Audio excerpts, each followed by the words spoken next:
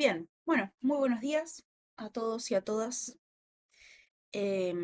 Para comenzar, por favor pónganme nombre y apellido en el chat, particularmente quienes son estudiantes de la comisión de la profesora Calini. Pónganme por favor el número de comisión, así yo le puedo pasar todos los datos. Em, bueno, el nombre también, así le indico todo y les puede pasar el presente correctamente. Bien, como les decía al principio, hoy va a ser una clase medio maratónica por el hecho de que tenemos que ver, por un lado, la última clase, ¿sí? Que es nociones de acidez y basicidad. Igualmente es un tema más que nada sencillo. Si pudieron ver el modelo de parcial, van a ver que no tocamos mucho ese tema, pero sí es un tema que después ustedes van a retomar en en otras materias. Entonces está bueno que ustedes puedan tener mínimamente la base teórica. Así que por un lado vamos a ver la clase, vamos a aclarar las dudas de la clase anterior y vamos a hacer la clase de consulta previa al parcial. Así que vamos a comenzar con algunas dudas, ¿sí? De la unidad de soluciones, más que nada para despejarlas y que no queden ahí colgadas y que se queden pensando con eso mientras estamos dando el último tema. Daríamos el último tema y finalmente haríamos todas las dudas y consultas de el examen, ¿sí? ¿Todos pudieron ver el modelo por las dudas? Si no, lo hacemos desde cero, eso no hay problema. Sí, Bien. Y en el caso de los compañeros de las otras comisiones, de última, si tienen ustedes algún modelo y hay algún ejercicio que quieren ver, también lo pueden poner a disposición. Sí, lo que voy a necesitar es que me vayan dictando el enunciado, más que nada por no tenerlo. Bien, entonces comenzamos entonces con las dudas y consultas de la unidad de soluciones.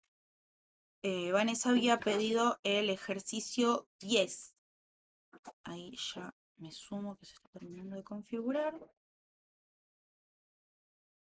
Ah, claro.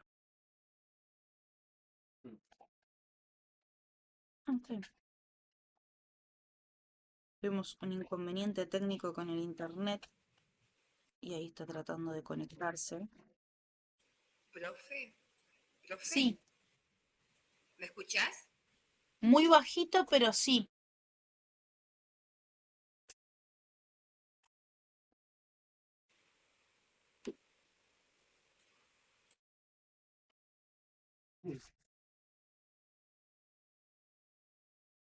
Sí, encima tengo el volumen al tope. ¿El 9? Dale, no hay problema. Igual, yo no escucho nada, puede ser. de Marisa se escucha...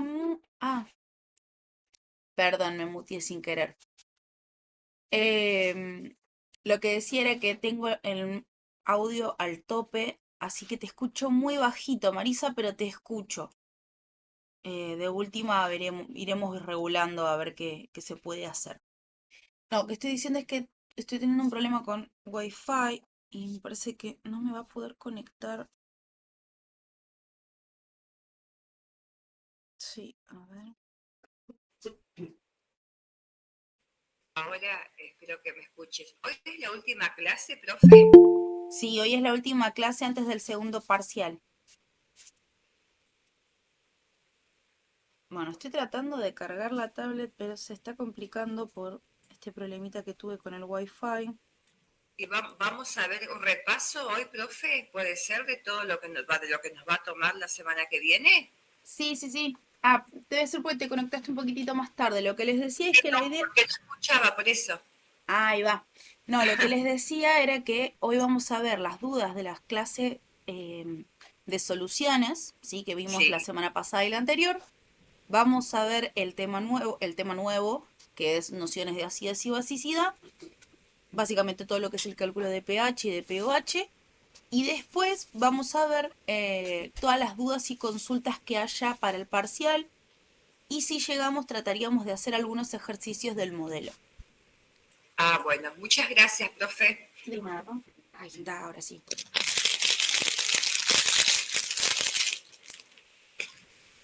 Bien. Ahora sí.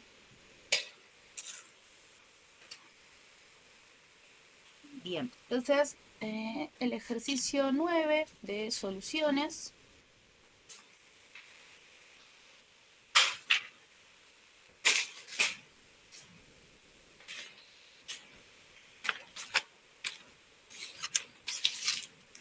Bien, dice, en 1 kilo de agua están disueltos 660 gramos. ¿Ese, Vanessa? Sí, profe, ese. Excelente. Bien, entonces, ejercicio 9 de la guía de soluciones dice, en 1 kilo de agua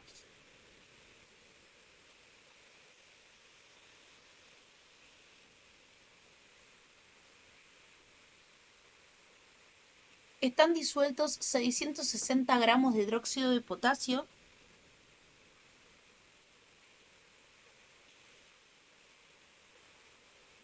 La densidad de la solución resultante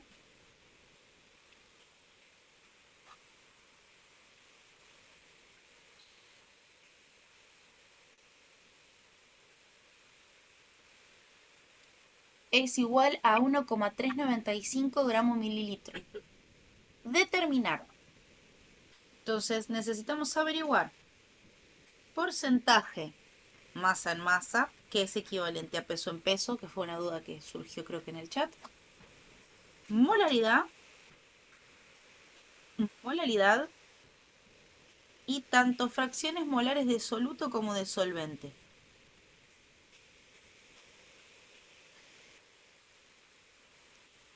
Bien.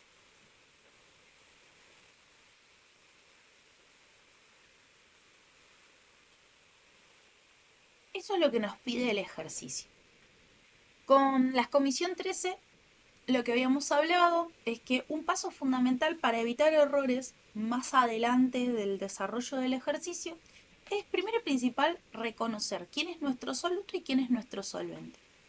Entonces, en este caso, ¿quiénes creen que ustedes sea el soluto y cuál el solvente? El solvente es el agua y el soluto es los 660 gramos. Bien, que sería el hidróxido de potasio. Eso. Perfecto. Bien, entonces tenemos nuestro soluto es el hidróxido de potasio y el solvente es el agua. Dado eso, nosotros tenemos, primero nos piden porcentaje masa en masa y así vamos practicando. Porcentaje masa en masa, ¿qué expresaba? Gramos de soluto en 100 gramos de solvente. Gramos de soluto en 100 gramos de... ¿Solución? Exactamente. Recuerden que de solvente solo es molalidad. El resto todo está expresado en solución.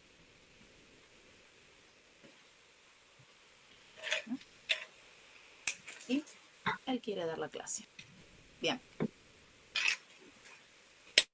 Entonces, como nosotros necesitamos gramos de soluto en 100 gramos de solvente, de solución, perdón, ahí ya me trabé yo, gramos de soluto en gramos de solución, lo que nosotros necesitamos saber para poder usar la regla de 3 o cualquier otra fórmula de equivalencia es saber si nuestro soluto y nuestra solución está en masa y no en volumen. O sea, si tenemos esos dos datos. Entonces, nuestro soluto, o sea, ¿tenemos la masa del soluto? Sí, Sí, 660 gramos. exactamente. ¿Y la solución? ¿La tenemos también en masa? ¿Expresada la masa de la solución? Sí, el kilo que es 1000 gramos. Eso sería el solvente. Y acá me piden la solución. La solución. La tenemos que calcular. ¿Dónde es la suma de ambos? Exactamente. Como dijeron a corito entre los compañeros, necesitamos el de la solución. Podemos calcularlo. Habría que sumarlo. Con la fórmula que habíamos visto, que en realidad básicamente nosotros le ponemos nombre de fórmula porque a veces a uno le da la confianza saber que hay una fórmula que responde a nuestros problemas. pero básicamente es la suma de los componentes. Si yo digo que mi solución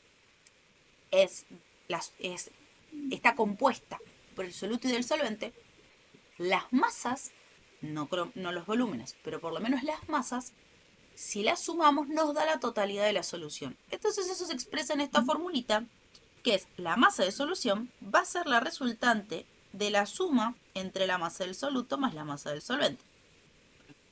A los fines prácticos, si yo armo una solución líquido en sólido y quiero ir pesando la masa, si yo lo pusiera en una balanza, agrego 660 gramos de hidróxido de potasio, agrego 1 kilo de agua, la balanza me va a dar la sumatoria de esas dos cosas. Como también dijo Débora, fue que 1 kilo es lo mismo que 1000 gramos. Entonces esa equivalencia nos va a permitir hacer la suma, porque para poder sumar todo, en realidad para hacer cálculos en general, necesitamos que esté todo expresado en la misma unidad. Por lo menos las masas con las masas, los volúmenes con los volúmenes, concentraciones con concentraciones, bla, bla, bla. Entonces, en este caso va a ser 660 gramos más 1000 gramos nos va a dar una masa de solución de 1660 gramos.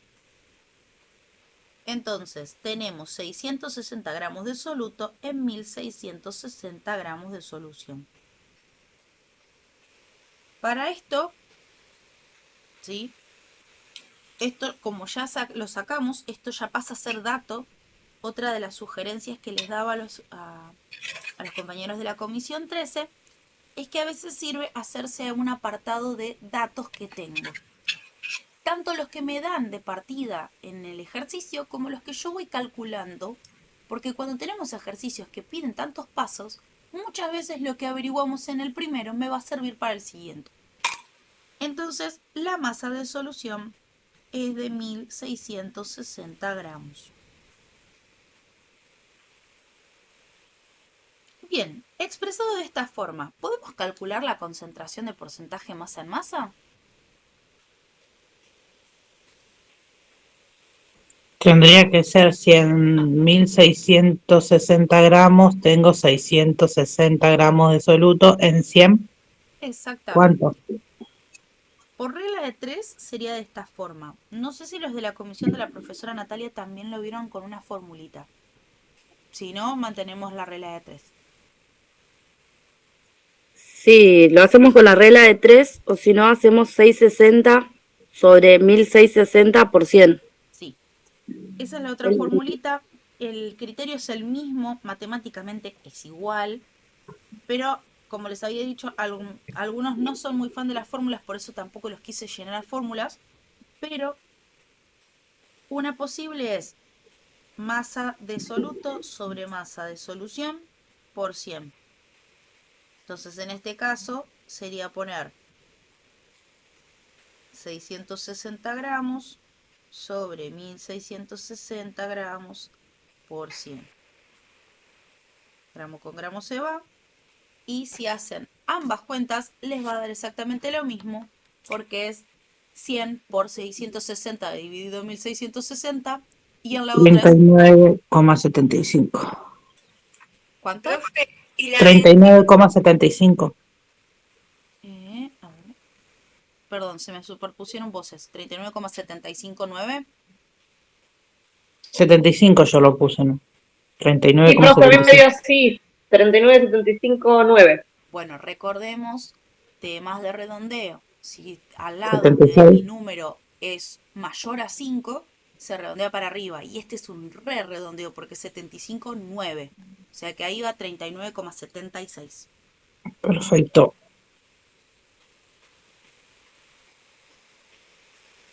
Entonces ya tenemos nuestro primer dato, ¿sí? Que es que la concentración en porcentaje masa en masa es igual a 39,76. Que en la forma de expresar la concentración esto sería 39,76% masa en masa. ¿Sí? Bien. Este es el primero. ¿Dudas y consultas hasta ahí? No.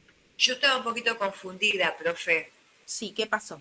porque yo, cuando, claro, se me hizo una mezcolanza, yo iba a sacar la densidad, y está mal, Porque en realidad la densidad acá no tiene un rol en este ejercicio en particular.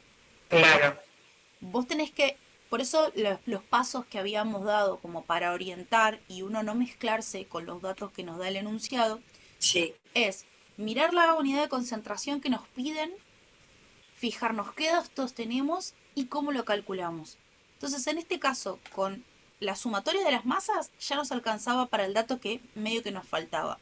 Pero ahí la densidad no tenía no tenía nada que ver. Ahora, la densidad entra en juego cuando, por ejemplo, tenemos la masa de la solución, pero no tenemos el volumen y lo necesitamos, o al revés, tenemos el volumen y no tenemos la masa y necesitamos. En este caso, nosotros no teníamos el volumen de la solución, entonces no podíamos usar la densidad para responder a esta pregunta que teníamos del porcentaje masa en masa. Si bueno, hubiésemos tenido, por ejemplo, el volumen, nos decía, estos 660 gramos de hidróxido de potasio están en 450 mililitros de solución, ahí era otro tema. Ahí sí podíamos usar la densidad para poder sacar la masa de solución. Pero en este caso no. hay que leer muy bien siempre el enunciado, porque a veces cuesta.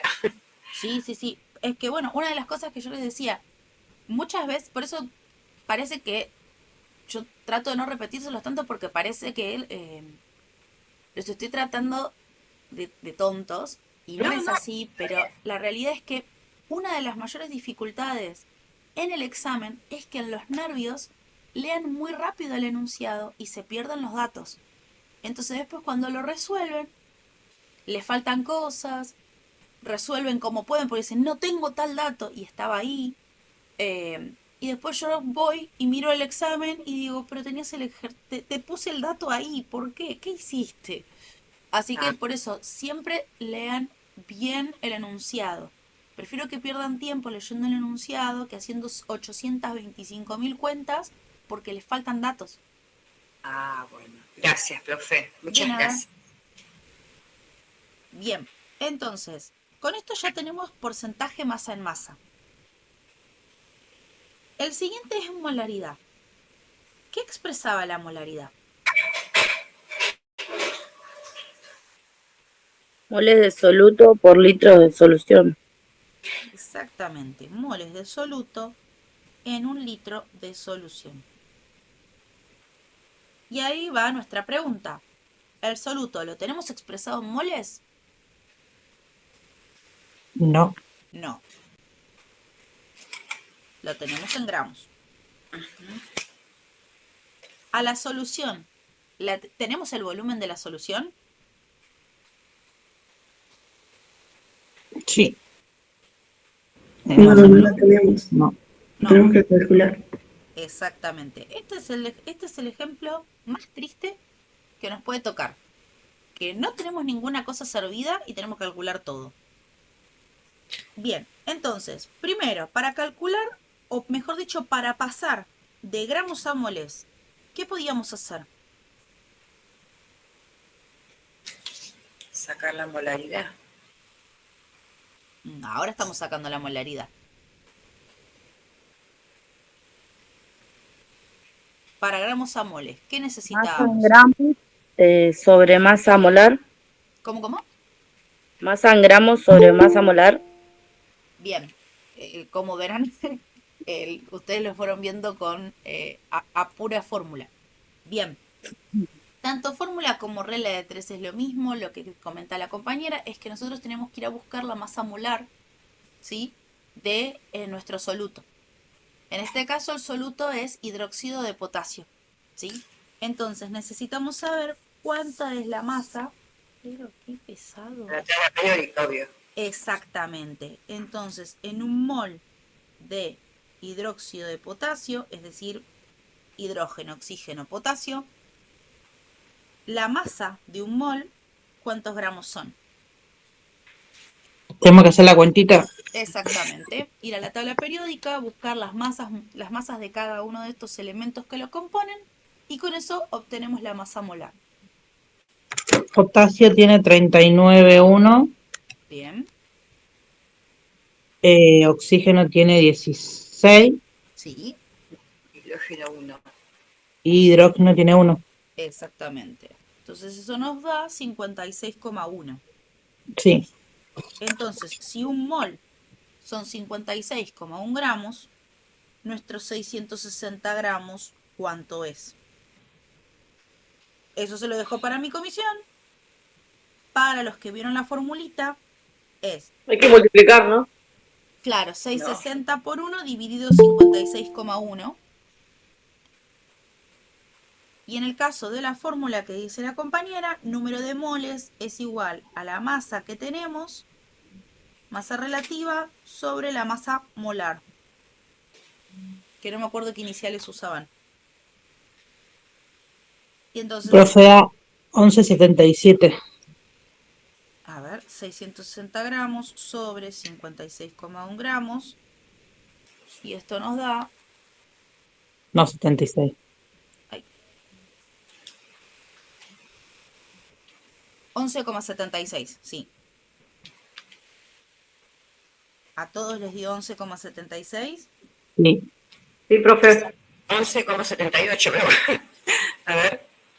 Capaz Sí. que Por 1 dividido. usaste 56. Sí, si usas 56 te da 11,78.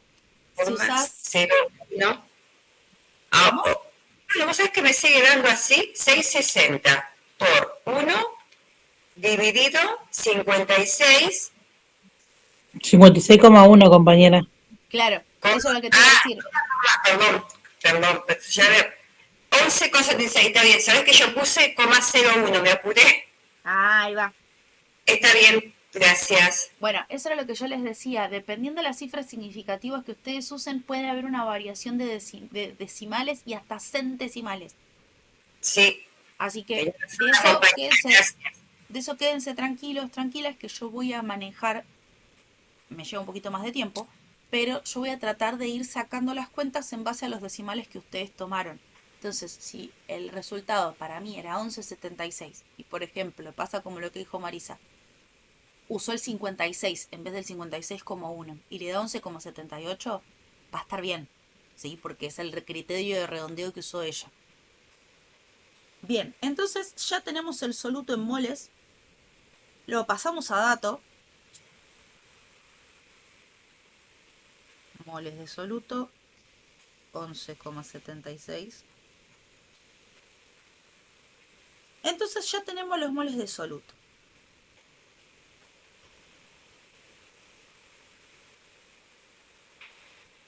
Ahora nos falta poder pasar, o mejor dicho, poder obtener el volumen de solución, siendo que nosotros tenemos la masa. ¿Qué podemos usar? Tenemos volumen y necesitamos masa.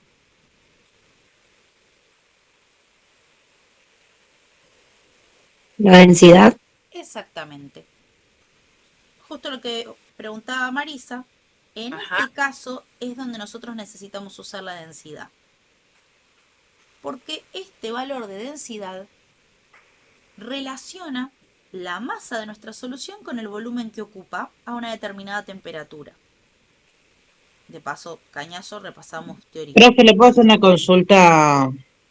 Yo densidad la marco como un triangulito, no pasa nada. Ah, Porque se puede veo que poner... el garabato este...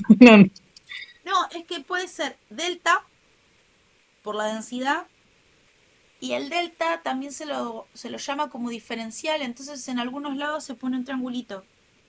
Es lo mismo. Dale, profe, gracias. Bien. Entonces tenemos esta densidad. La masa de nuestra solución es 1660 gramos. ¿Sí? Porque recordemos que la densidad es igual a masa de solución sobre volumen de solución. Sobre volumen de solución, que es lo que queremos averiguar. Matemáticamente, el volumen de solución está dividiendo, pasa multiplicando al otro lado y después de esa multiplicación tomamos el valor de la densidad y pasa dividiendo al otro lado. Entonces es como que los enrocamos, ¿sí? Entonces el volumen de solución pasa a estar de este lado y la densidad pasa a estar debajo de la masa, ¿sí? Dividiendo. Yo porque me ocupa mucho espacio. Bien. ¿Cuánto les dio el volumen?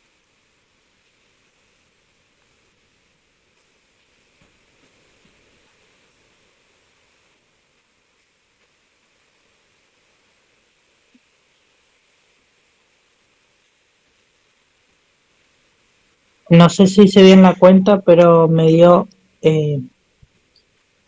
11,89, pero sin punto. 11,89 sin punto. Claro, el punto está después del 9. 89. Claro. No, porque vi que justo el compañero puso 11 puntos. Ah, no. Puede Por ser eso no que... sé. No, fíjate que haya... Vane, capaz que pusiste 1395. Fíjate que la densidad es 1,395. Yo puse eso, profe, 1395 me dio a mí. No, es que 1395 no era la densidad, es 1,395. Fíjate que el punto es coma en la calculadora. Claro. Y claro, y no se multiplica, profe, no explicaste que se multiplica 1000 por, ponerle 1395 por 1395, esa es la densidad. No, dividido. Si yo pongo 1000 dividido 1 punto, Vos pones 1660 dividido 1,395, te va a dar el volumen. yo lo saqué al revés. Y como dijo la compañera, eso nos va a dar 1189,96 o 1190, porque era el costo. Si redondeamos, nos va a quedar que 96 es mucho más que 50, entonces redondeamos a 1190. Yo, para no desestimar mucho, mantengo estos decimales, ¿sí? Entonces este va a ser nuestro volumen de solución. Ustedes van a tener todo el desarrollo en su hoja ahora, yo porque tengo que ir borrando. Entonces voy a dejar acá el dato: volumen de solución 1189,96 mililitros.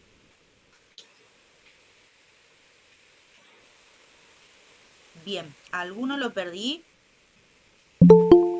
Sí, profe, a mí inicialmente me dio 1189. Hice 1660 sobre 1,395, ¿es, no? Sí. A ver, de nuevo.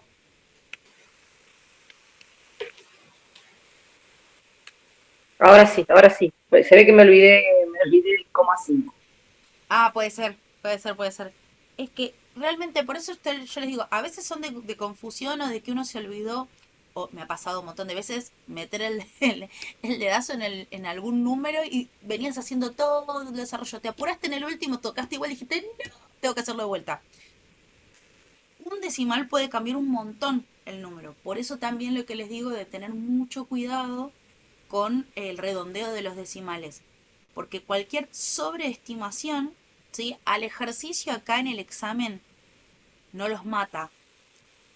Pero en lo laboral, si ustedes sobreestiman algo, puede llevar, ¿sí?, a que una reacción no les funcione. Y trabajaron un montón de tiempo para nada. Entonces, por eso es muy importante el tema de cuidar los criterios de redondeo. Y después van a ver, porque he hablado con otros profesores, que en las químicas de más adelante piden mínimo 3 decimales. Por el tema de cuidar el tema del redondeo. Profe, disculpame, ¿sabes que no me da a mí como a las chicas? Yo hago 1395 dividido 1660. Porque es al revés. Es 1660 dividido 1,395. Bueno. Listo. Ahora, gracias. No, de nada. Bien, entonces ahora ya tenemos los moles, ¿sí? De soluto, que son 11,76.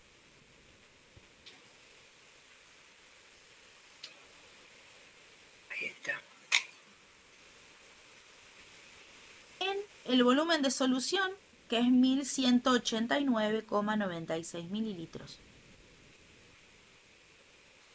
Entonces, esto en 1000 mililitros, ¿cuántos moles serán? O no sé si ustedes lo vieron como, creo que es moles sobre mililitro, pero es lo mismo.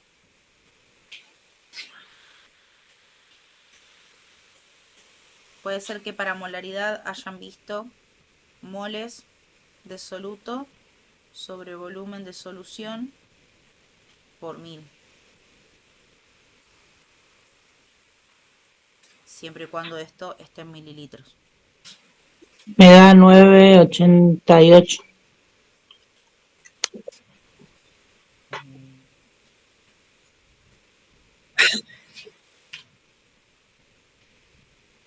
9,88.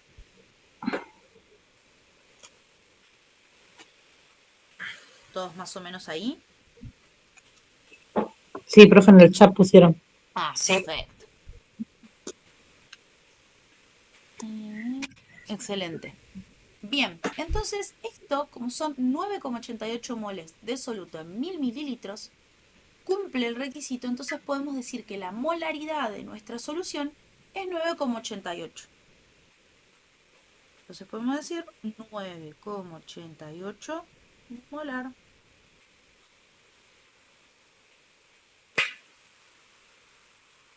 Bien. Ahora pasamos a la molaridad, pero acá es donde las cosas empiezan a salirnos relativamente bien, porque todo el arduo trabajo que hicimos anteriormente da sus frutos. ¿Por qué? Molaridad. ¿Qué expresaba la molaridad? Moles de soluto Moles de soluto en 1 litro de solución. Eso era molaridad. en un kilo. En 1 kilo de solvente. En 1 kilo de solvente. Recordemos que la molaridad es el único y diferente. Es la única unidad de concentración expresada en solvente. Y se diferencia con su primo hermano molaridad, que en vez de 1 litro es 1 kilo. Ay, no repite, profe, molaridad, que lo voy a anotar. Molaridad es moles de soluto en 1 kilo de solvente. Entonces, es el único y diferente, ¿sí? Porque es la única unidad de concentración que nosotros trabajamos que expresa la concentración en función del solvente. Al resto, si se fijan, es todo en función de la solución.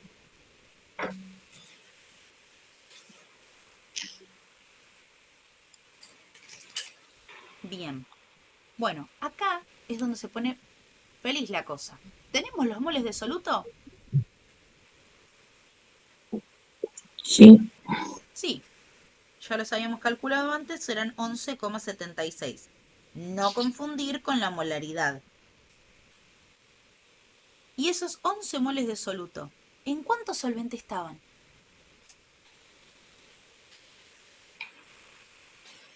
¿En 100 no era? Solvente. Ah, 1006. 18. 18. No, no. Es un ¿Cómo kilo de preguntó, profe? solvente. Perdón. Los moles de soluto. Porque la molaridad es moles de soluto en 1 kilo de solvente. Los moles de soluto los calculamos. 11,76. ¿Cuánto solvente teníamos originalmente? 1000 gramos.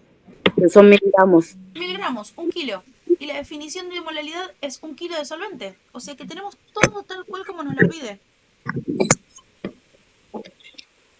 Ah, Por lo tanto, la molaridad es 11,76.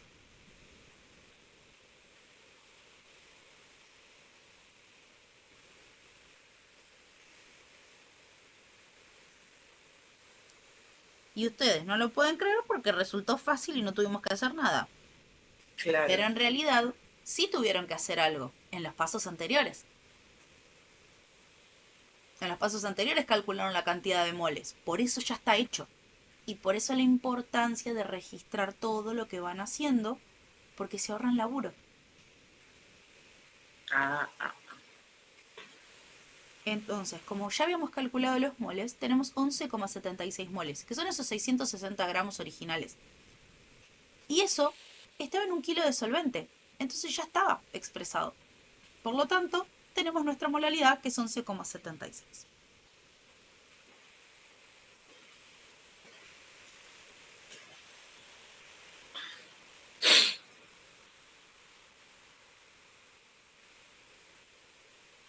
Vamos a borrar ahí.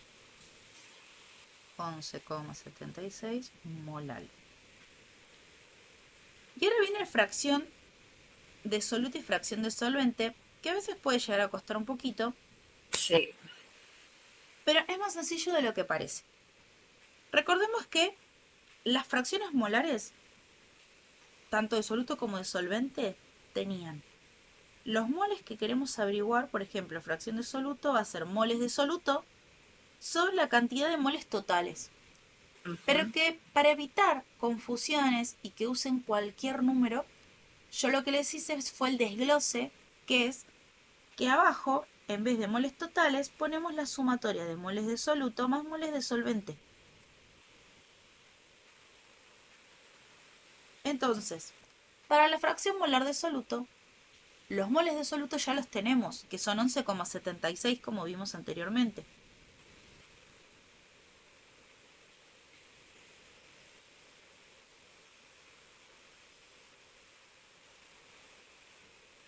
Pero lo que nos falta son los moles de solvente. Ajá. ¿Cómo los calcularían? ¿Qué dato tenemos del solvente? El agua. El agua. ¿Y qué masa tenemos de agua? 18. No, ¿Cuánto tenemos de agua en nuestra situación problemática? 1 kilo, 1 kilo. 1000 mililitros, 1000 gramos. miligramos. Bien, nosotros tenemos 1000 gramos de agua. ¿Cómo podemos pasar esos 1000 gramos de agua a moles? Con la masa molar. Con la masa molar. Ahora sí, lo que decía Marisa, la masa molar del agua es 18. Entonces, nosotros podemos expresar que si un mol de agua son 18 gramos, 1000 gramos, ¿cuántos moles son? Ajá. O con la fórmula que vieron los compañeros, 1000 dividido 18 y nos va a dar la cantidad de moles que tenemos. Que ustedes me dirán cuánto da. 55,55 puede ser. Exactamente, 55,55. Ahí justo estamos en el hilo fino del redondeo porque es 5. Así que queda ahí entre redondearlo y no redondearlo. Por lo general es de 5 o más, o sea que esto tendría que ser 56. O 55, ¿no? O 55. Ahí no va a haber tanta diferencia si redondean o no. Así que esto va a ser 55,55 moles. Entonces ese valor va a ser el que nosotros vamos a poner acá abajo en la fracción molar.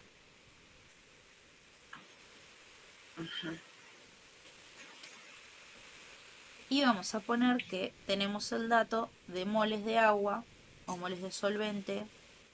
Acá abajo, moles de solvente, 55,55. Entonces de esta forma ya podemos calcular la fracción molar. Sí, tengan mucho cuidado que en la calculadora esta cuenta se tiene que hacer primero. Porque si no, y si no ponen paréntesis, la calculadora les va a hacer 11,76 dividido 11,76 y recién a eso les va a sumar el 55. Por lo tanto les va a dar 56,55 y está mal. A mí me dio 0,174. probablemente esa sea la respuesta por los criterios que habíamos visto la semana pasada. Ah, igual vos tenías la calcu que podías poner la Sí, fracción. Sí, eso la mejor simplifica. inversión. Profe, yo me hago ahí. Yo hice la misma inversión cuando vi que podía hacerlo de la fracción, se me rompió la primera y dije, no me bajo de acá. Y sí. Ya, no hay vuelta atrás, no me bajo de esta calculadora. Bien, Profe, yo me hago el lío ¿Cuánto ahí. dio, profe, entonces? Perdón. 0,17. 0,17. ¿Sí, Marisa? Yo me hago el lío porque yo acá tengo la cálculo. No pongo 11,76, ¿no es cierto? Sí, Dividido, abro los paréntesis sí, y después 11,76 más 55,55 cierro y me dio más a mí. ¿cuánto A te ver. dio? Algo de, mira, 11, algo de ser 11,76, Sí, ¿no es cierto? Ahí vamos. Más, ¿no es cierto? No, dividido. dividido.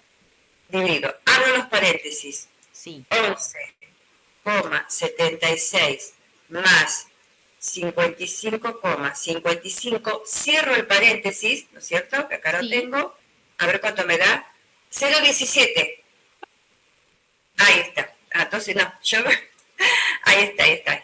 exactamente. Entonces ahora, fracción molar de soluto nos da 0,17. Y como habíamos dicho, como está diciendo la compañera, una de las pistas que a nosotros nos da que esto está bien es que es menor a 1, ¿sí? Porque los valores tienen que estar entre 0 y 1. Y el soluto, por ser soluto, tiene que estar más cerca del 0 que del 1. Entonces, que nos dé 0,17 indica que podemos haber hecho todo muy bien. Cosas que no nos pueden dar, más de 1. Y no tan cerca al 1 en el caso del soluto. Y nuestro último criterio implica calculando la fracción molar de solvente, que es lo que nos piden. Y en este caso, la fracción molar de solvente es moles de solvente sobre la sumatoria de los moles totales. Entonces, en vez de tener 11,76 arriba, tenemos 55,55 moles de solvente arriba.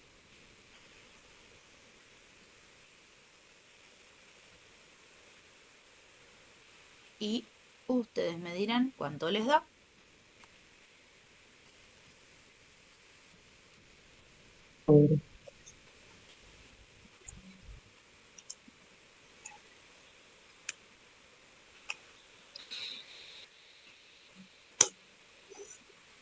Bueno, 0,82. 0,825. Sí. Ahí podemos redondear a 0,83. Entonces nuestra fracción molar de solvente es 0,83. Y nuestro criterio último en la fracción de solvente tiene que ser entre 0 y 1, más cercano al 1. Y lo último, que la sumatoria de la fracción de soluto más la fracción de solvente nos tiene que dar 1. 0,17 más 0,83 nos da 1.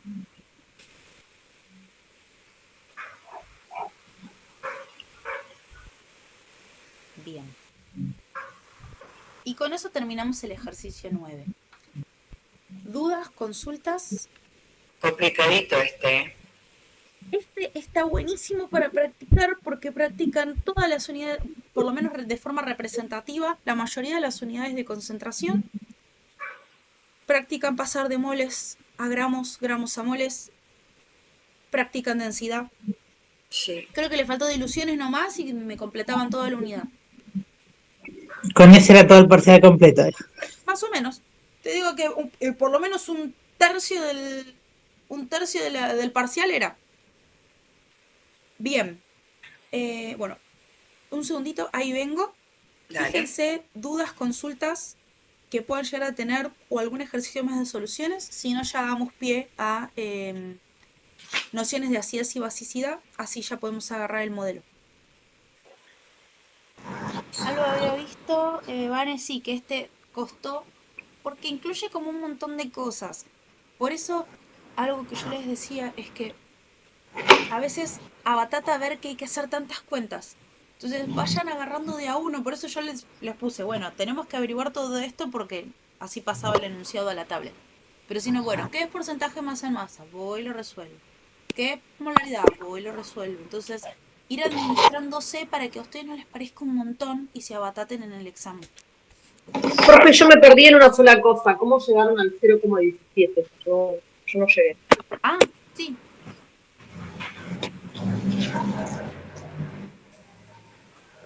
Al 0,17 llegamos por los moles de soluto y moles de solvente. Los moles de soluto eran 11,76. Ahí voy, hasta ahí llegué. Y la suma total de moles de soluto totales era los moles de soluto, que eran también 11,76, y los moles de solvente, que eran 55,55. Entonces, al hacer la cuenta de 11,76 en la calculadora dividido entre paréntesis 11,76 más 55,55, esto debería darles alrededor de 0,17. Perfecto, perfecto. No me daba a mí en mi cálculo nada más, porque no encontré la otra. Puede pasar esto que les decía de tener cuidado del paréntesis, porque si no, la calculadora sin el paréntesis les toma así, si no ponen el paréntesis. Entonces les queda 1, porque es lo mismo, más 55, entonces un indicador de que hay el pifie con los paréntesis es que te dé la masa de los moles de solvente más 1.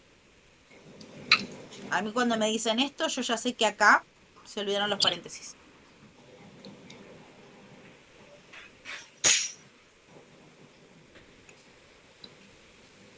Bien. Bueno, entonces seguimos con la teórica, así después le dedicamos full a la práctica del el examen. Igualmente este ejercicio fue muy práctica para el examen, pero con soluciones e incluso con cantidades en química, si lo pensamos, porque pasamos de gramos a moles. Bien.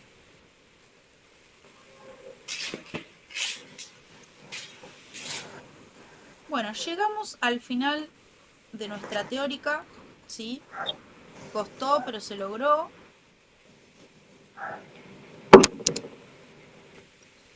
Y como les había dicho, esta asignatura, ¿sí?, tiene esto de poder hacer como una vuelta, ¿sí?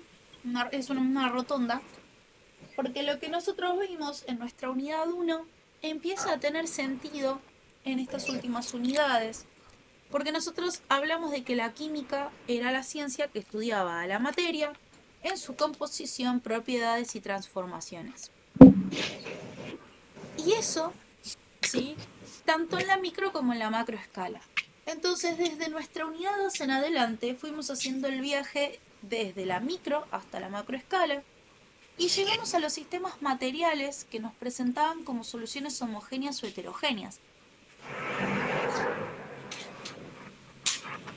Particularmente nosotros hacemos foco en este final de la materia en las soluciones, ¿sí?, y más que nada en su composición y sus propiedades, para que ustedes después en química general inorgánica, que les tengo mucha fe, que van a estar el cuatrimestre que viene ahí, ahí ustedes empiecen a ver todo lo que es la parte de transformaciones. Entonces, una, ¿sí?, de las características de nuestras soluciones tiene que ver con su carácter ácido o básico, ¿sí?, ácido, básico o neutro, ¿sí?, y cómo eso después se pone en juego a la hora de las transformaciones o utilizar compuestos químicos para diferentes tipos de reacciones. Entonces esta unidad 6 son nociones de ácido-base, ¿sí? Que nos permite analizar, ¿sí? Y entender un poco más qué es ácido, qué es básico y a qué se debe. Para comenzar, si bien ustedes después van a seguir profundizando en este tema, ¿sí? Y con ello van a seguir viendo modelos que permiten explicar el carácter ácido básico de los diferentes compuestos. Nosotros vamos a arrancar como toda materia de introducción, que es lo que yo les había comentado, con los modelos introductorios, ¿sí? A estos temas. Después en las próximas materias van a ver que ustedes van a trabajar con modelos más, ¿sí? Más actuales, ¿sí? Que permiten explicar cosas que eran limitaciones en los modelos que nosotros estamos viendo ahora. Por ejemplo, son los ácidos y bases de Arrhenius. Arrhenius es este señor de acá.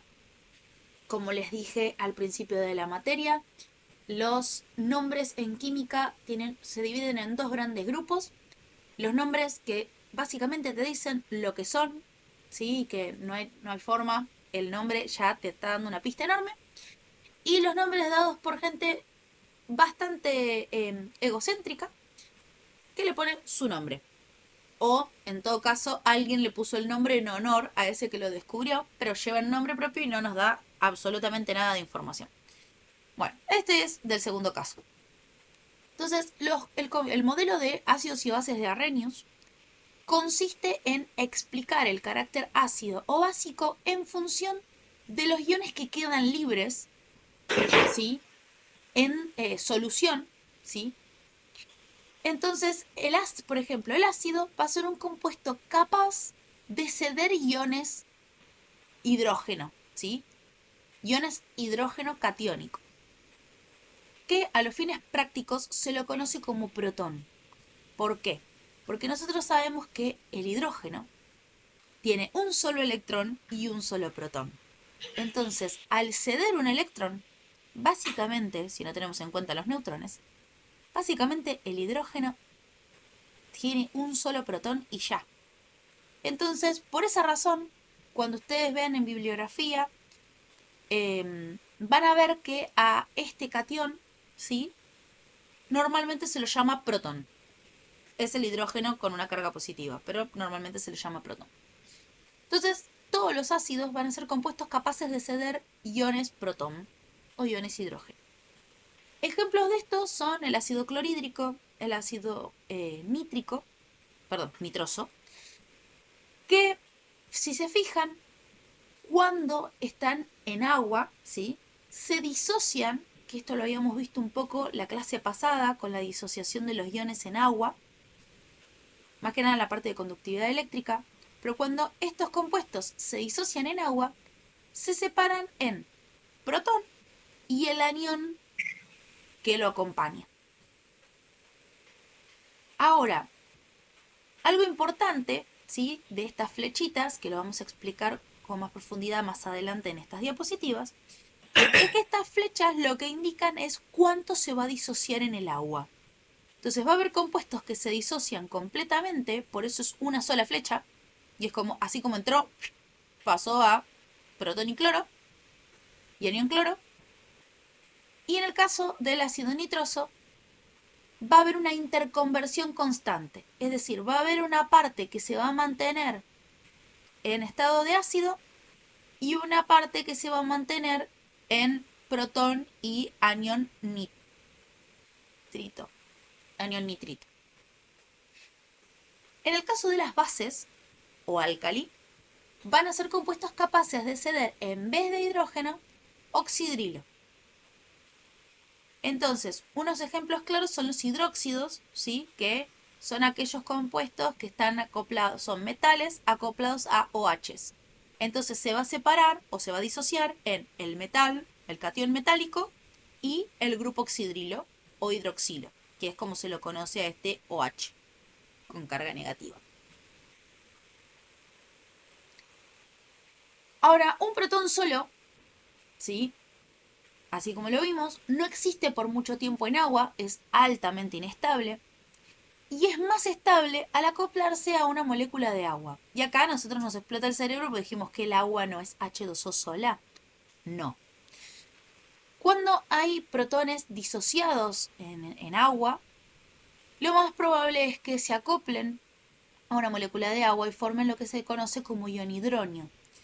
Entonces, si bien nosotros por una cuestión de nomenclatura empleamos protón y ion hidronio indistintamente, sepan, ¿sí?, que lo que ocurre originalmente es esto, o sea, lo químicamente correcto es este ion hidronio, pero que muchas veces lo que va a pasar es que se abrevie como protón, porque se da por entendido que en una solución acuosa esto es lo que está pasando.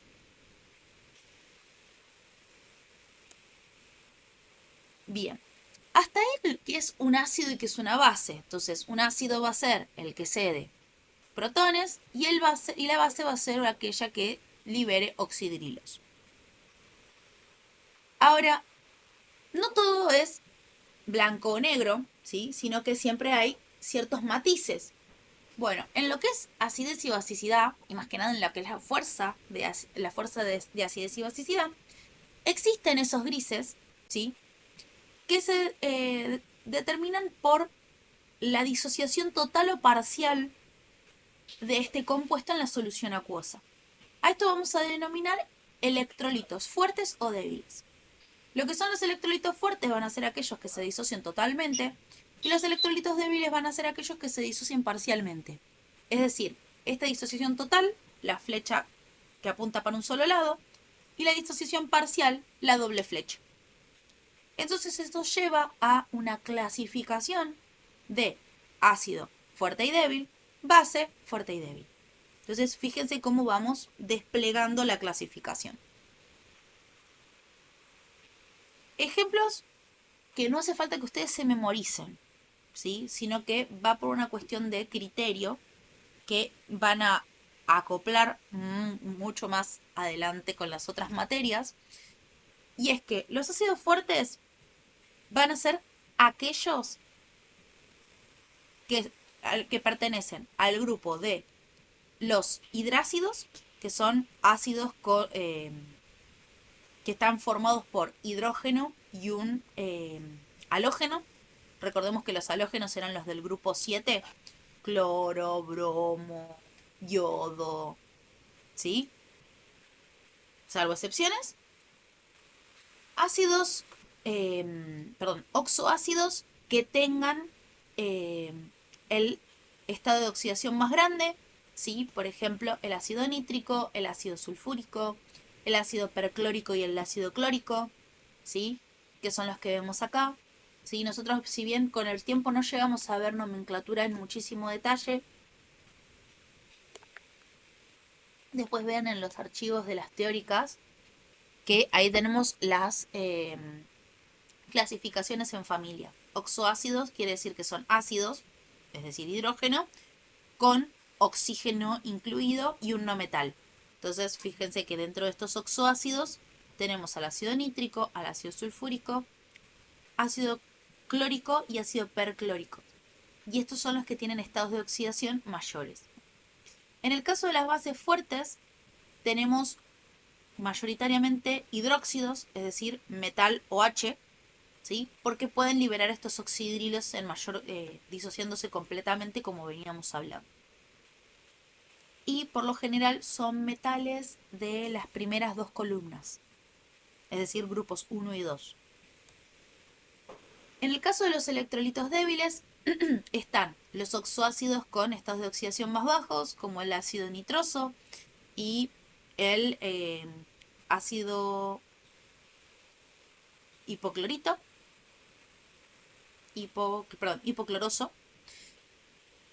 ácido cianhídrico, ácido acético, el del vinagre, que es un ácido orgánico.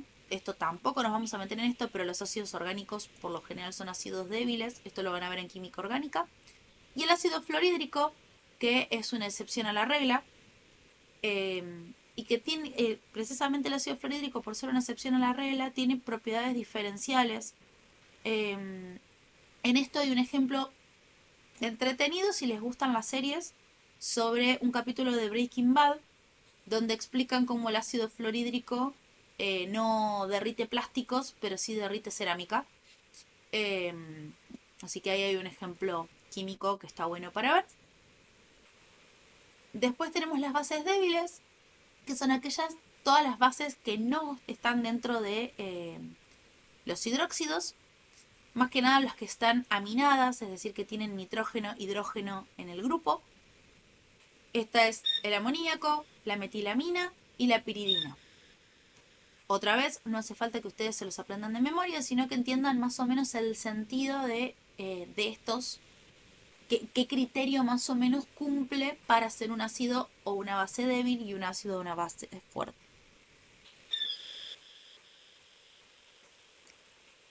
Ahora, todo bien acá, hasta acá con la teoría, porque podemos decir, bueno, existen ácidos fuertes, ácidos débiles, bases fuertes, bases débiles. En todo caso se buscan en bibliografía si son un ácido o una base fuerte, bla. Se disocian total o parcialmente. Perfecto. Ahora, algo que se vio es, bueno, ¿y el agua qué es? A nosotros nos fueron diciendo a lo largo de nuestra vida que el agua es neutra. Y que muchas veces si yo le pregunto cuál es el pH del agua, ¿qué me van a decir? ¿A qué les suena? Cuando hablan el agua neutra pH. ¿De 7? De 7. Y nosotros decimos, ok, perfecto, y repetimos como lorito. Agua neutra pH 7.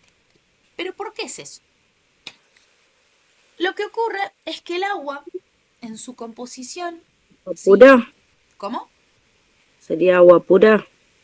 Primero y principal, sí, recontra sí. Esto se cumple solo para el agua pura.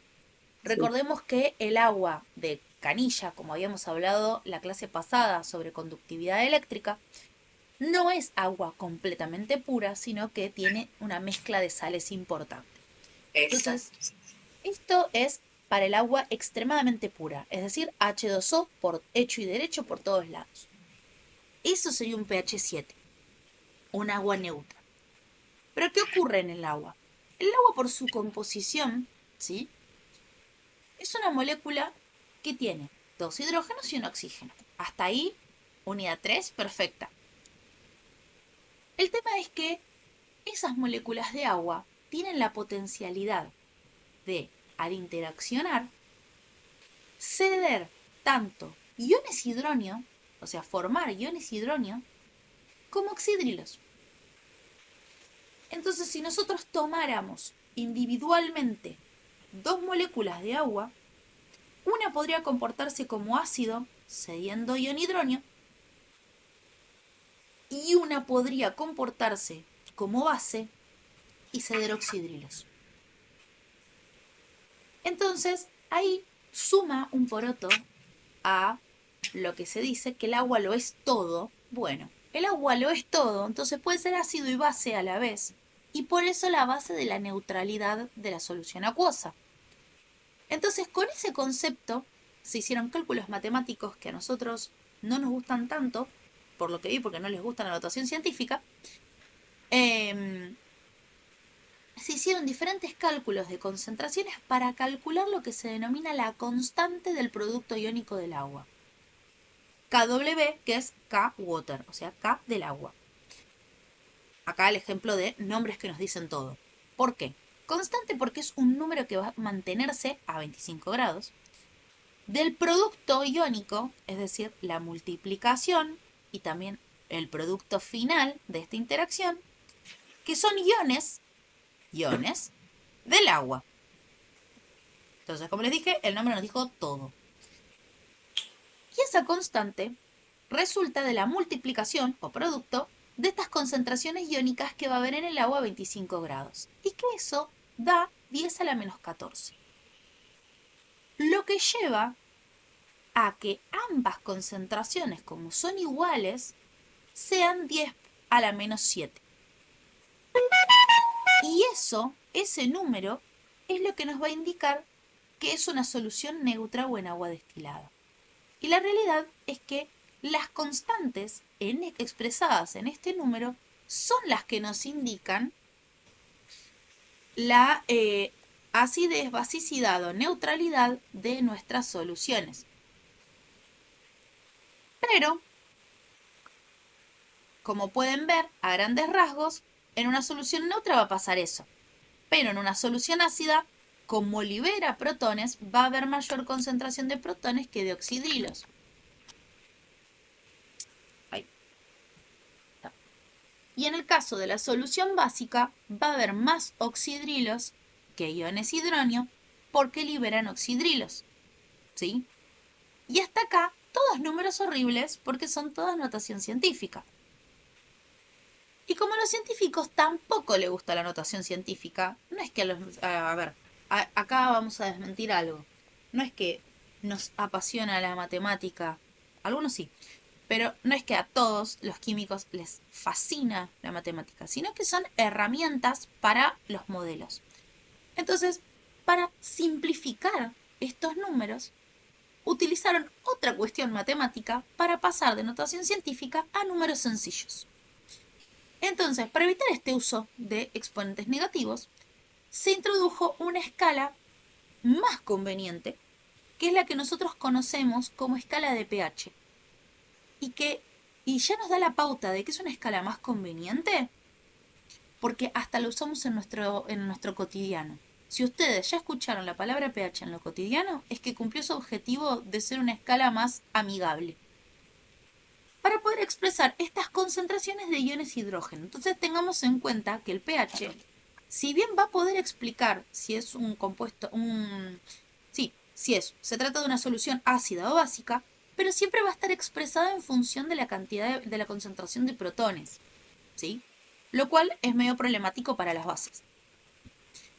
Esta escala se va a usar para poder tener una medida de la acidez de una sustancia que está ionizada en el medio acuoso. Entonces, el pH es una expresión de la acidez. Entonces, dependiendo del número, va a ser más ácido o menos ácido. Por lo tanto, si es menos ácido, más básico es, ¿sí? Viene por ahí. ¿Cómo se calcula? Para poder sacarse de encima cualquier notación científica, ¿sí?, se utiliza la función logarítmica. Esto es matemática, análisis matemático de cabeza, ¿sí? Pero que para nosotros tiene que ser agarrar la calculadora, poner menos log y la concentración. En la calculadora, presten mucha atención que diga logaritmo o logaritmo base 10, ¿sí? Porque el logaritmo base 10 lo que hace es invertir la notación científica y expresar el valor en un número entero, ¿sí? Entonces eso lleva a que tengamos números casi, algunos a veces decimales, pero positivos, ¿sí? O sea que serían naturales, mejor dicho, no enteros. Serían naturales. ¿Qué es lo que ocurre? Para eso, para poder calcular el pH, vamos a necesitar la concentración de ion hidronio o de protón, no de oxidrilo. Nunca, nunca, nunca calcular el pH con la concentración de oxidrilos, ¿sí? Entonces, para los ácidos va a ser fácil. Ponemos la concentración, lo metemos en esta formulita y nos va a dar el pH. Por ejemplo, el agua, que tiene la misma concentración de ion hidronio que oxidrilo, vimos que a 25 grados era 1 por 10 a la menos 7. Entonces, si ustedes hacen la prueba y ponen pH es igual, o mejor dicho, ponen la calculadora menos logaritmo de 1 por 10 a la menos 7, van a ver que les da 7. Ahora, en el caso de los ácidos, que van a tener mayor concentración, va a ser mayor la cantidad que haya, o sea que va a ser más de 1 por 10 a la menos 7. Profe, perdón. Sí. Tengo que poner menos logaritmo 1 por 10 a la 7 y A me la tiene que dar menos 7. menos 7. Ah, perfecto, porque sí, porque me daba 7, porque me parecía. Sí. Menos logaritmo de 1 exponencial 10 menos 7. Sí, Ahora sí, porque no me daba. exactamente. El menos viene precisamente para sacarnos de encima el menos de acá. Por eso es lo importante de que sea menos logaritmo y no solo logaritmo.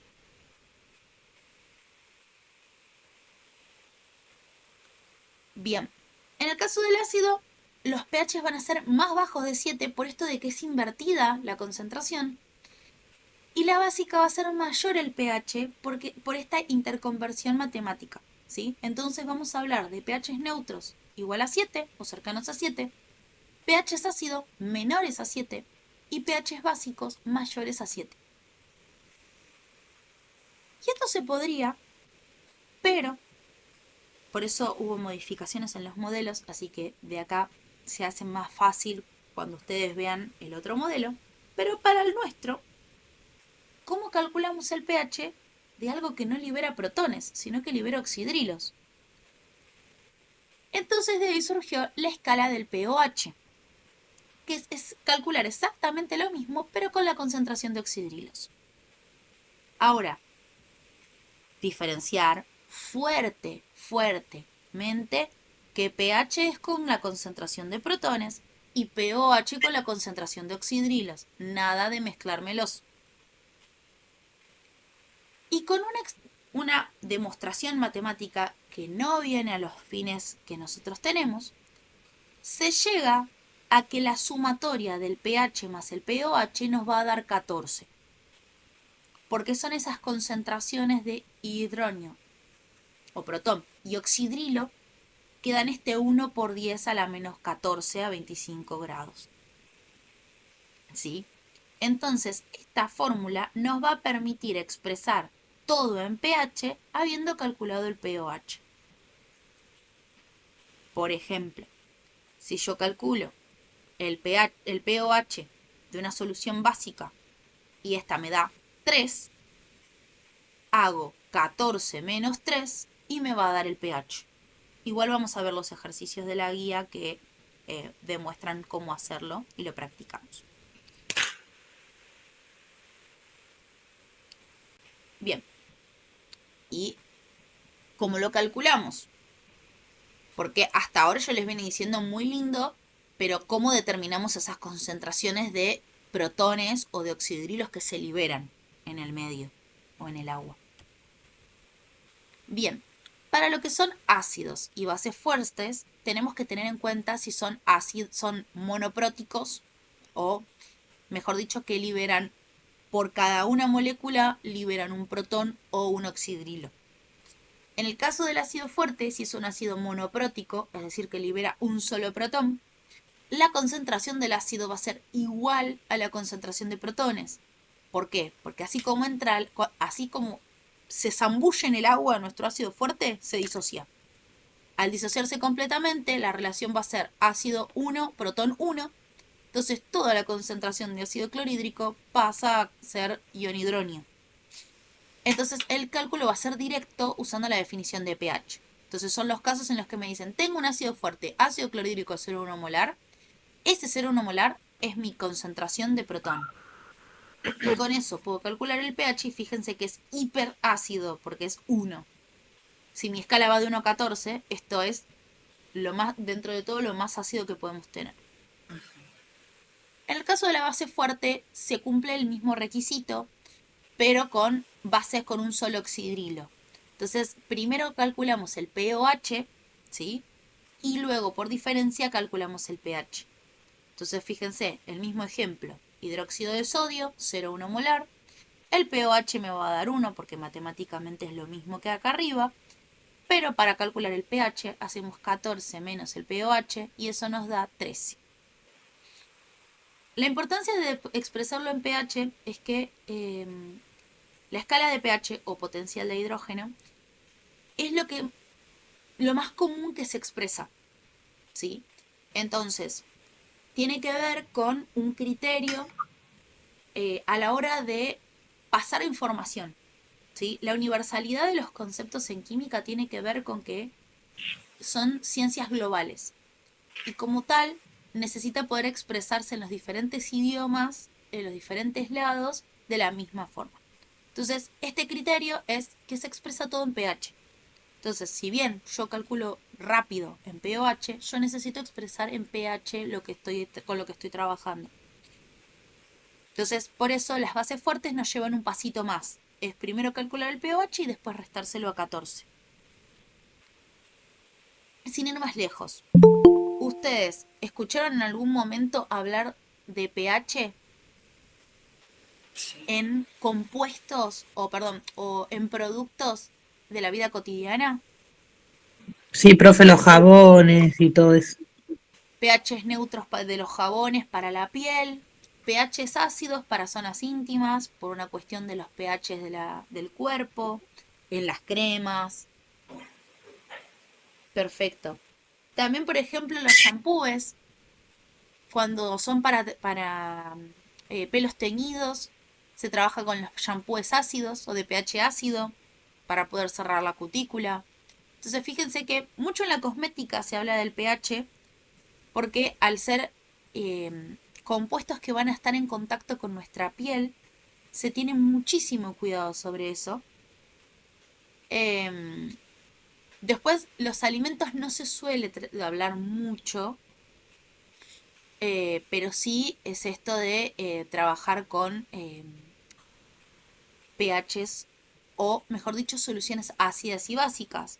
Por ejemplo, cuando nosotros tenemos acidez, lo que es la milanta, si lo vieron en algún momento o lo tienen en casa, si se fijan, tienen mezclas de bases fuertes, tiene mezclas de bases débiles y fuertes, por lo que es una solución básica para neutralizar el ácido.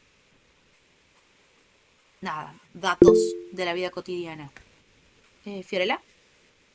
Profe, yo creo que tiene que ver porque me habían dicho de que yo cada vez que me sentía mal de la panza, que para equilibrar el pH del ácido de la panza, que tome un poquito de agua con bicarbonato, que el bicarbonato creo que lo nivelaba o algo así, puede ser.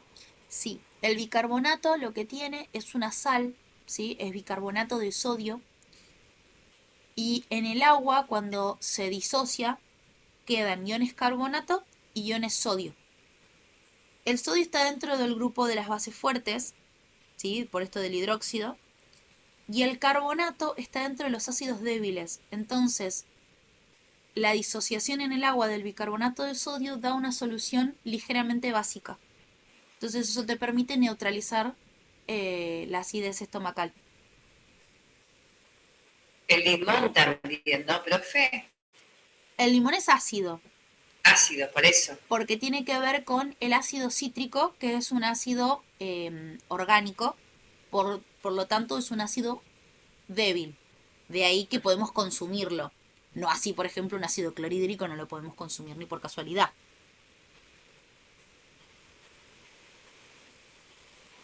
Profe, una consulta. Sí. ¿Y el tomate cuando... Ponele, a mí una vez me pasó de que fui a comprar empanadas y me dieron una empanada que tenía salsa de tomate, pero se notaba que la habían sacado del freezer y el tomate estaba súper, pero súper ácido. ¿Eso a qué se debe?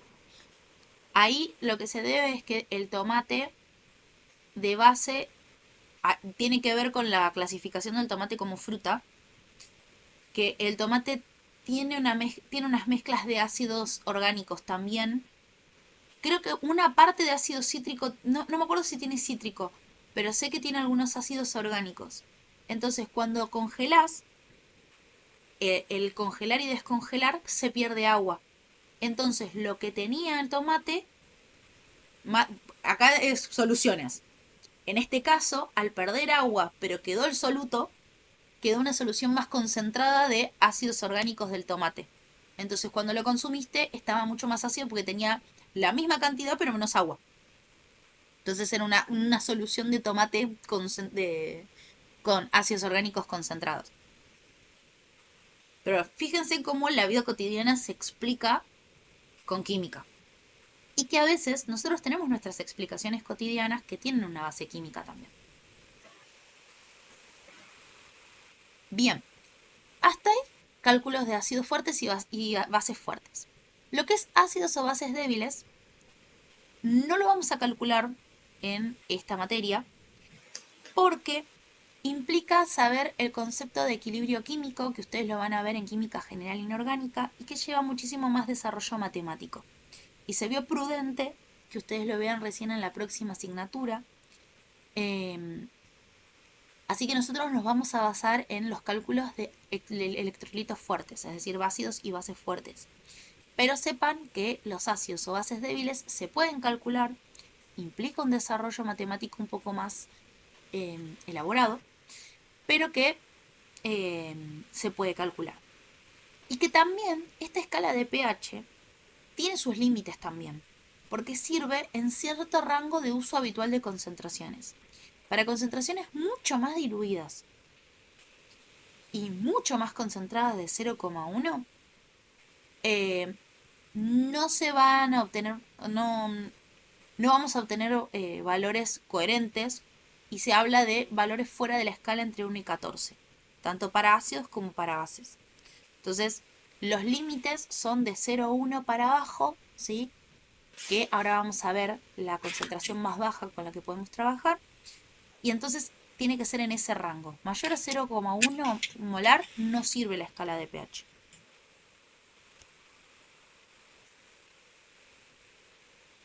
Acá ejemplos cotidianos. Por ejemplo, el jugo de limón tiene un pOH de 12, alias un pH de 2. El jugo gástrico alrededor de 1,5. El jugo de tomate, un pH de 4, o sea que ya de base es ácido, pero lo que te habrá pasado, Fiorel, es que estaba aún más ácido. La saliva es ligeramente ácida. Vieron que cuando uno ve el sistema digestivo en la primaria, les dicen que es ligeramente ácido para poder empezar a hacer la primera digestión química en la boca y después continuar con el proceso. De ahí que es ligeramente ácido. En el caso de la sangre humana es neutra, ligera, pero muy ligeramente básica. Si no me acuerdo mal, es un pH de 7,1, 7,14, ahora me fijo.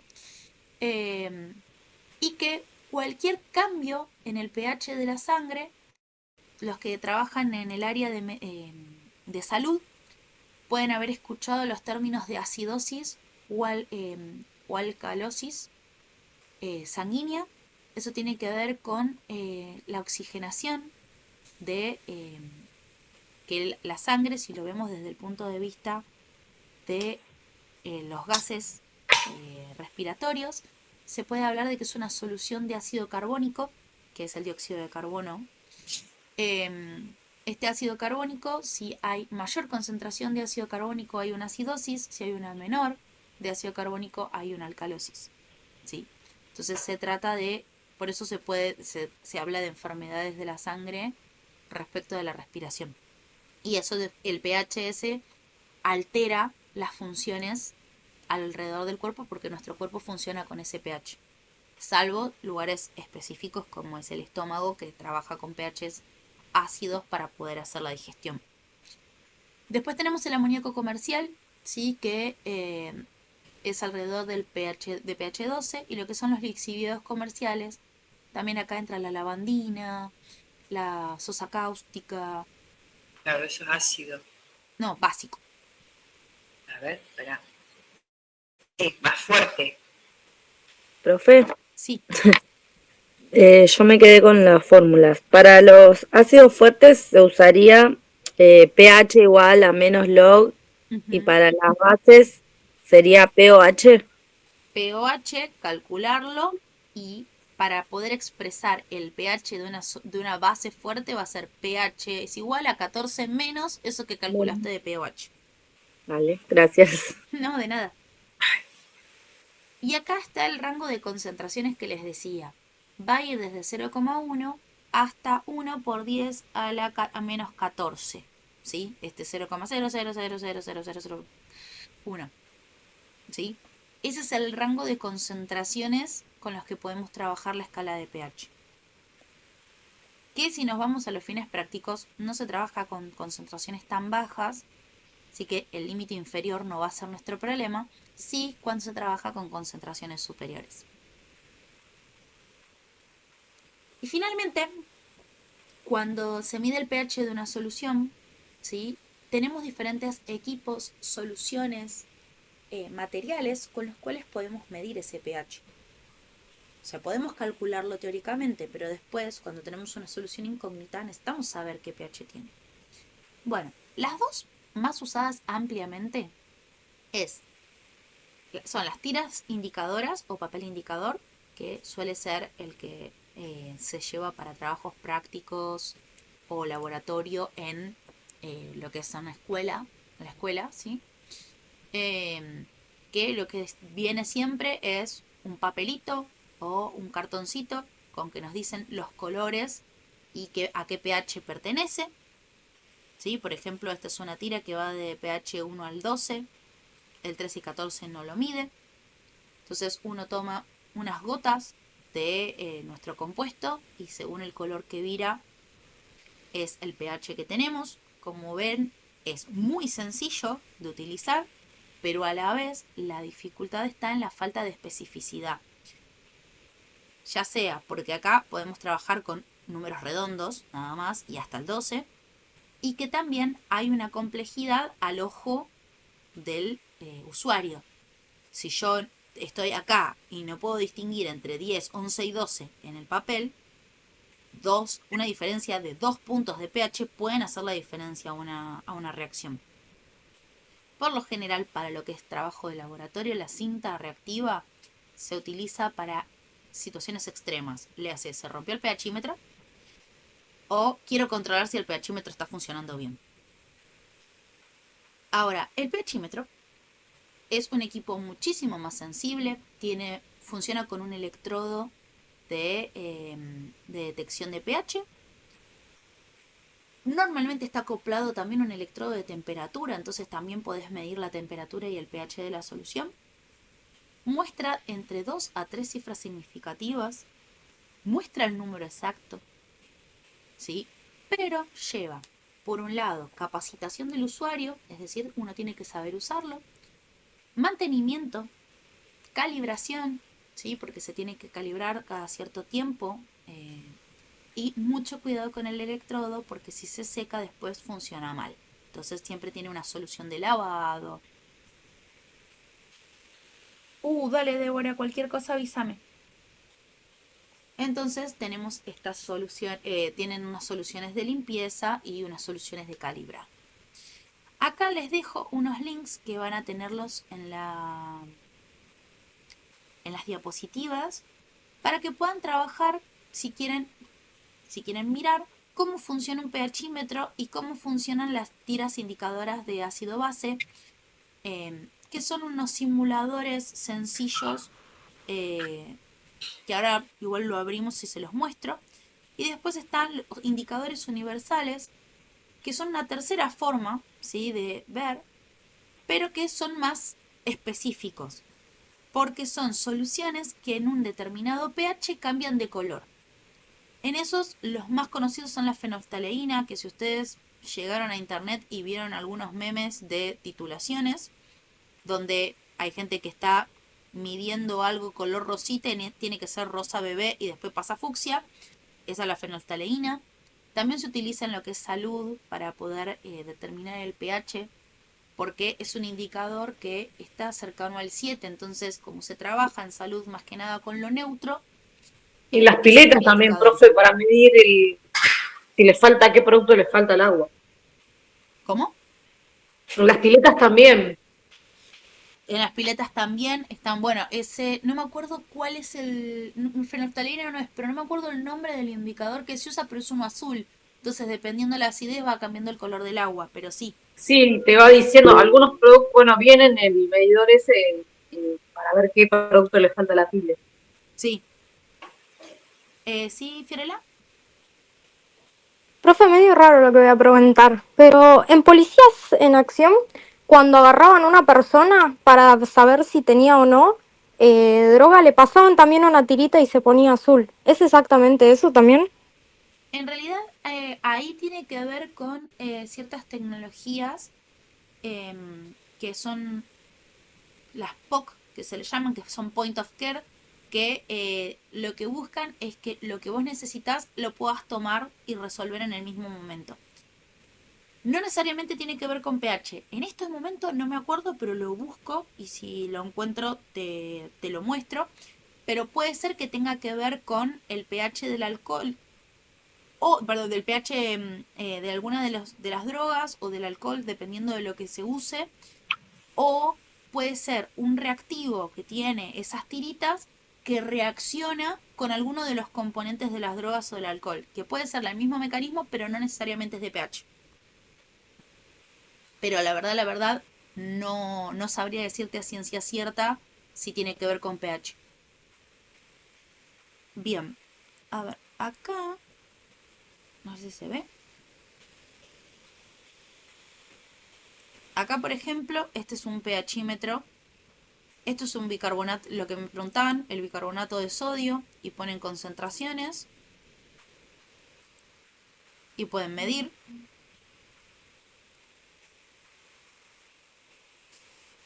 ¿Sí? Y pueden ir probando diferentes concentraciones y medirle el pH. Después tienen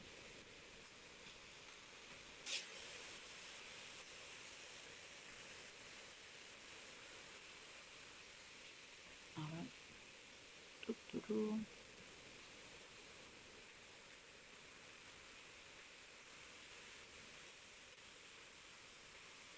Está cargando. Ahí está. Estos, por ejemplo, son los indicadores ácido-base que les decía. Azul de timol, fenolftaleína, azul de bromotimol. Por ejemplo, toca fenolftaleína y fíjense que en pH 1, 2, 3, 4, 5 no pasa nada. 6 tampoco. 7 tampoco. En 8 se da este rosa clarito. Y ya en 9 nos fuimos de tema. ¿Sí? Este con el indicador universal. Y ahí pueden chusmear los colores. ¿Sí? Indicador universal por lo general está basada la tirita de las tiritas indicadoras de pH. Y estos colores más o menos son los que se ven. Azul es más para lo que es básico y rojo, rosado para ácido. Y la neutralidad por lo general se ve en amarillos o verdes, pero principalmente amarillo. Nada, tienen ahí para jugar un cacho en base a esto último que vimos. Y después esta es la de la tirita con el indicador universal. Y acá pueden ver los pHs y jugar a ver qué pH tiene estas soluciones más normales o cotidianas que tenemos. Nada, son simuladores que están interesantes. Lástima que estamos a las corridas, pero bueno. Bien, bueno, llegamos con la teoría, pero nos quedaron últimos 10 minutos para nuestras dudas. El modelo se los voy a deber la resolución ahora, pero les puedo, si no me acuerdo mal, creo que tengo una grabación haciendo este modelito, así que de última se los subo o les paso el link, así tienen para preguntar. Profe, ¿puedo preguntar algo? Porque entré un poquito tarde hoy. Sí. O se arrancó muy temprano, no sé. Yo estoy acá voy a rendir en el estudio el 32 como vez anterior. El parcial seguramente me lo van a pasar al día jueves, porque ahí hay una clase de química los días jueves. Sí, hasta ahora siempre me indicaron días y horarios de esa materia. Yo, por las dudas, siempre les pregunto. Para recuperatorio pregunté lo mismo, tardaron en contestarme y me dijeron este mismo día y horario. Nos mantenemos con eso. Jueves ¿Con qué va a ser el jueves? Con que va a ser el jueves. 19. Para los jueves a las 9 había sido la otra vez. Sí, a las 9. Entonces nos vamos a mantener así. Jueves a las 9 y viernes a las 6. Creo que habíamos conseguido 6 de la tarde. Pero bueno, Ok, le mando... otra pregunta más. Sí, Caso de no aprobar, ¿esto tiene recuperatorio? sí. Tienen en el... Ya les digo el calendario. Tienen 2 semanas entre medio. Perfecto. Porque vamos a tener una clase para... Porque nos quedó raro el cronograma por tantos feriados. Es más, Claro. el día de hoy yo les di clase, más allá de que adhiero a la propuesta del paro, porque, bueno, todos sabemos lo que está pasando en universidades. Encima yo también soy de CONICET, así que a mí me pegan por todos los lados habidos y por haber. Así que adhiero a la causa, pero ustedes estaban hasta las manos en cantidades de tiempos de este cronograma, por eso tuvimos la clase. El segundo parcial ustedes lo tienen el 18, el 25 tenemos una consulta y el 2 tenemos el recuperatorio del parcial. Así que llegan a tener una clase entre medio. Perfecto, profe. Profe, Sí, o sea, el parcial es el miércoles que viene, ¿no es cierto? sí, Ah, listo, eso. Me queda, sí, pues yo pedí el día, por eso. sí, es el miércoles.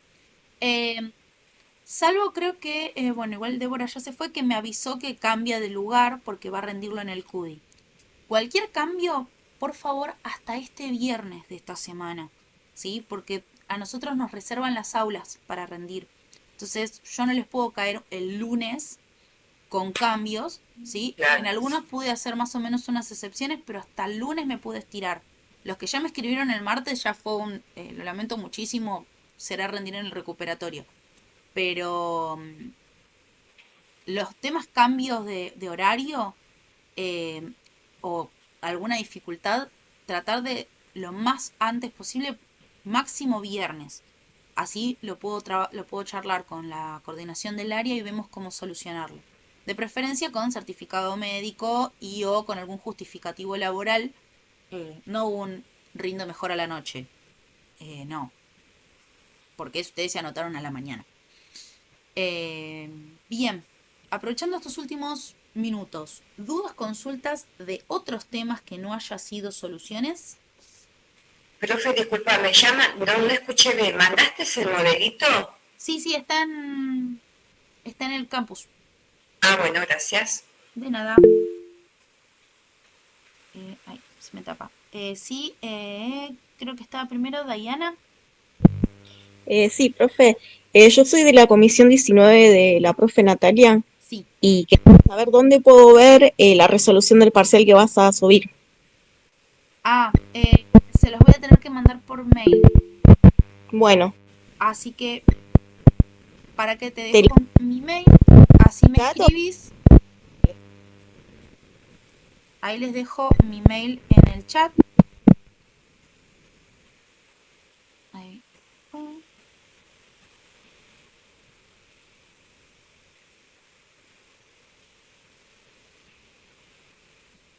Igual creo que con mi nombre, buscándolo en el mail, como son todos mails institucional, todos los que tengan mail de estudiante, estamos como conectados, entonces les aparece mi mail, pero por las dudas se los dejo.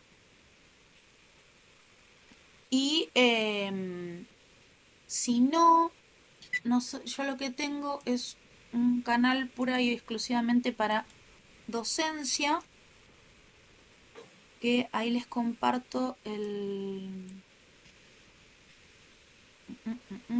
les comparto el canal, que ahí subo las grabaciones.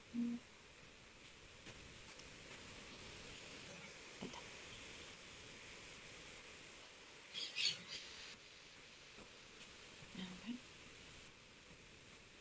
Listo. Ahí les dejo el canal, que es donde subo las grabaciones, demostraciones, etcétera. Y después yo, porque son medio pesadas, entonces después de ahí las subo al campus. De última, chequen ahí. Bien.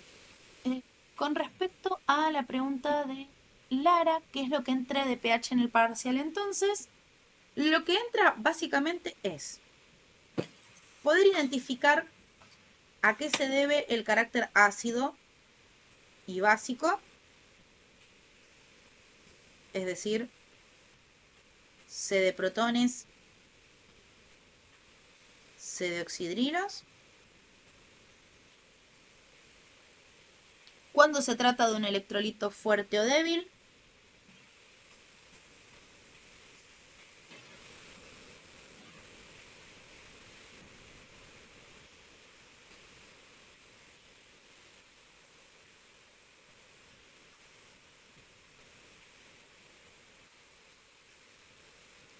y cómo calcular el pH de una solución, que en el caso de una solución ácida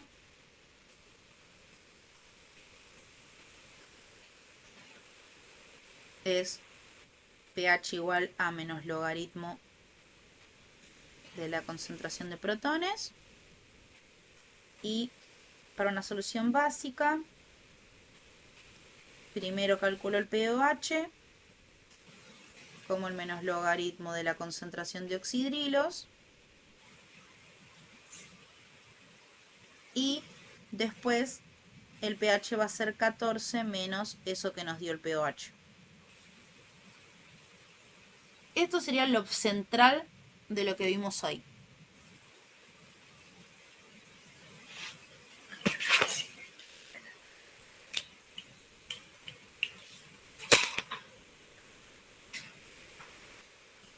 Después van a ver en la guía, para que no se asusten, que hay un ejercicio donde hay un ácido diprótico.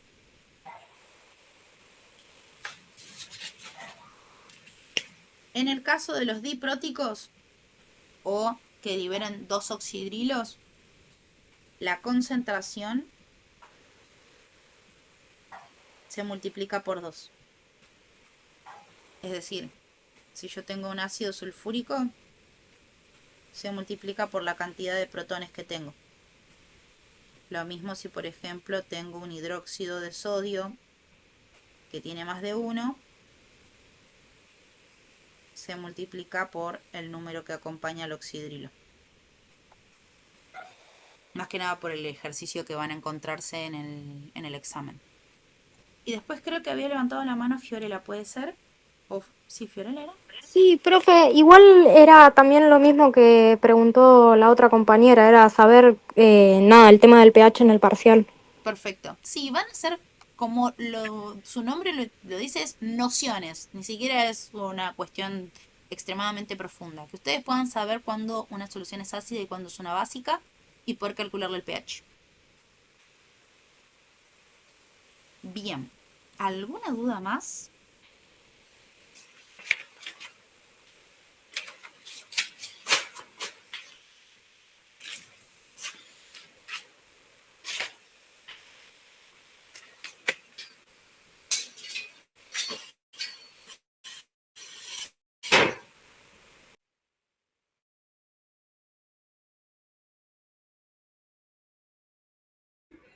Profe, le hago una consulta. Sí, Si no escuché mal, dijo que va a subir la resolución del simulacro de parcial, ¿puede ser? sí, Ah, buenísimo.